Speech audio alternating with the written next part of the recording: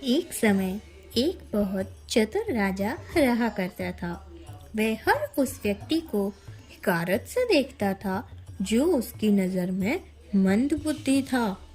वह इस हकीकत पर भी बहुत गर्व करता है कि उसके राज्य में कोई भी मूर्ख व्यक्ति नहीं है। राजधानी से काफी दूर एक वृद्ध शिक्षक रहता था।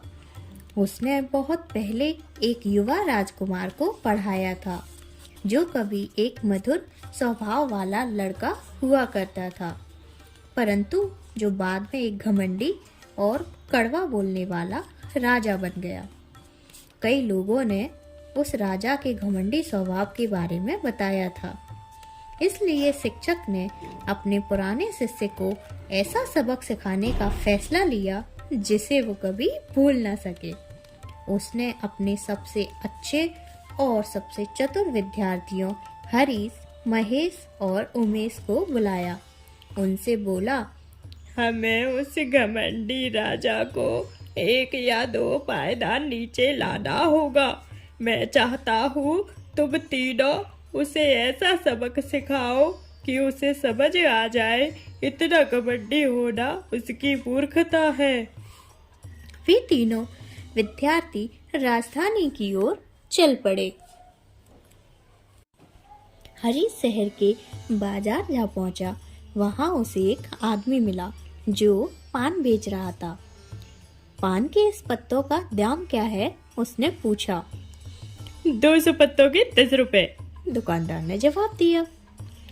तो हरीश बोला, ये रहे 10 रुपए, मुझे केवल 25 पत्ते दे दो। मेरा नौकर आकर बाकी के 175 पत्ते ले जाएगा।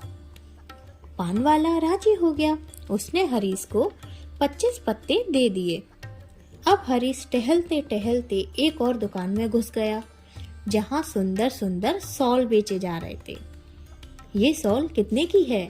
उसने दुकान में रखी सबसे अच्छी शॉल की ओर इशारा करते हुए पूछा। दुकानदार बोला, 200 रुपए। ये रहे 25, बाकी के 175 रुपए आप उस पान की दुकान से ले सकते हैं। दुकानदार को एक पर्ची पकड़ाते हुए हरीश ने कहा। उस पर्ची में लिखा था, कृपया यह पर्ची लाने वाले व्यक्ति को बाकी के 175 दे दीजिए।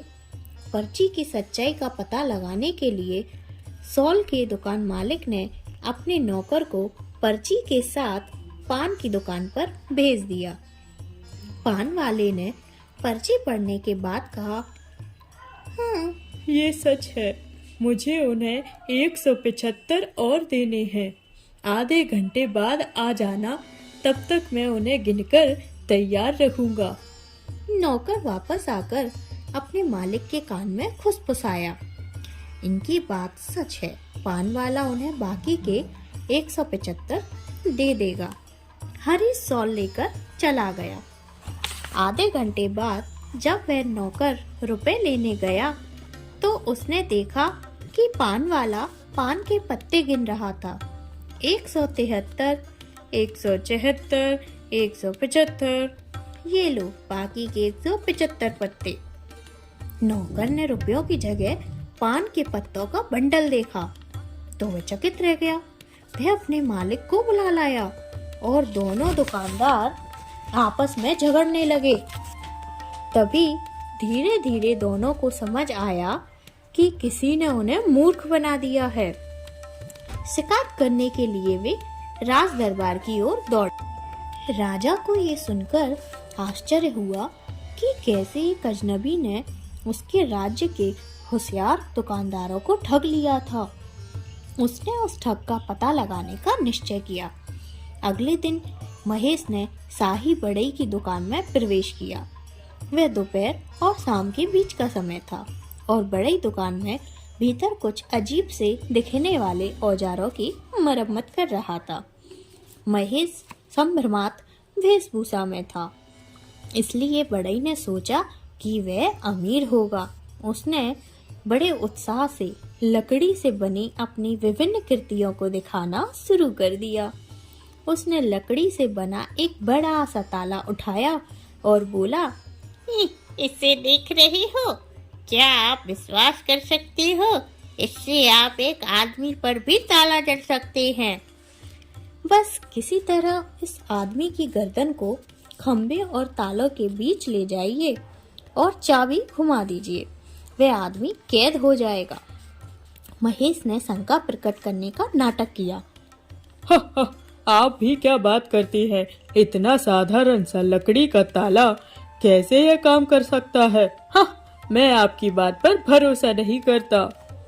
बढ़ई बहुत उत्तेजित हो गया और बोला, मगर ये सच है श्रीमान, आखिर मैं राजा साहब का बढ़ई हूँ।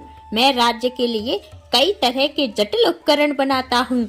इधर आइए, मैं आपको दिखाता हूँ। यह कहते हुए उसने एक खंबे के पास जाकर ताले के ऊपर छल्ले को खंबे और अपनी गर्दन में पिरो लिया। उसे बंद करके ताले में चाबी डालकर उसे घुमा दिया। अब देखो, मेरी गर्दन तुम तक नहीं घुमा सकते। अब तो आपको विश्वास हुआ। अब मुझे आजाद करने के लिए बस चाबी की उल्टी दिशा में घुमा दीजिए। परंतु महेश ने ऐसा कुछ नहीं किया। वह वहीं खड़ा खड़ा हंसता रहा। उसने चुपचाप बढ़ई के हाथ से चाबी ली और दुकान से बाहर चला गया। बढ़ई जाते हुए महेश पर चिल्लाने के सिवाय कुछ न कर सका। अरे दोस्त, वापस आजा, मुझे मुक्त कर दे। परंतु उसकी चीख पुकार व्यर्थ थी। महेश ने उसे मूर्ख बना दिया था।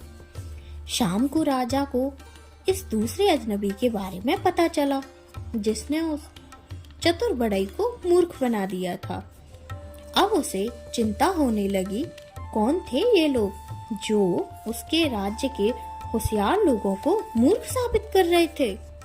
उसने उन्हें पकड़ने के प्रयास में वेश बदलकर नगर में घूमने का फैसला लिया। घूमते घूमते जब वह नगर के द्वार पर पहुंचा तो उसने आमों के एक ढेर के साथ एक आदमी को खड़े देखा, जो ग्राहकों का इंतजार कर रहा था। फल वाले ने सबसे सुनसान जगह चुनी थी, इसलिए राजा को उस पर शक हुआ। तुम अपने फल यहाँ क्यों बेच रहे हो? उसने पूछा। फल विक्रेता कोई और नहीं, उमेश था। उसने एक डरे हुए अंदाज में इधर उधर देखने का नाटक किया और फुसफुसाकर जवाब दिया, महोदय, मैंने सुना है कुछ चालाक ठग हमारे राज्य में घूम रहे हैं, जो हमें और हमारे चतुर राजा को ठगना चाहते हैं। और मैंने यह भी सुना है यह ठग इसी रास्ते से गुजरेगा। इसलिए इस उम्मीद में कि उसे पकड़कर राजा के हवाले कर सकूं, मैं यहाँ इंतजार कर रहा हूँ। राजा को आश्चर्य हुआ कि यह व्यक्ति चालाक ठगों के गिरोह के बारे में सब कुछ जानता है। क्या तुमने उसे पहले कभी देखा है? हाँ जनाब, मैं उस गिरोह को जानता हूँ। आज जो शख्स आने वाला है वह उनका मुखिया है। वह देखने में कैसा लगता है? वह लंबा, तगड़ा, बहुत निर्दयी है। क्या ऐसा उपाय है मैं भी उसे देख सकूं? राजा ने उस आदमी से पूछा। जनाब, सबसे अच्छा तरीका आप कहीं छिप जाएं। जैसे ही वह आता दिखाई देगा, मैं सीटी बजाऊंगा, आप उसे देख सकेंगे। अब उस जगह पर ना तो कोई पेड़ था, ना कोई टीला जिसके पीछे राजा छिप सके। तब उस फल वाले ने राजा को एक बोरी दिखाई। जनाब, आप इसमें छिप जाइए। अपने सुझाव दिया, मैं आपको अपने साथ ही रखूंगा। कोई भी यही समझेगा कि यह आमों की बोरी है। राजा सहमत हो गया और बोरी में घुस गया। फुर्ती दिखाई उमेश ने उस बोरी का मुंह बांध दिया और हंसते हुए चला गया। जल्दी ही राजा समझ गया उसे मूर्ख बना दिया गया है, परंतु वह बोरी में बंद था और कुछ नहीं कर सकता था।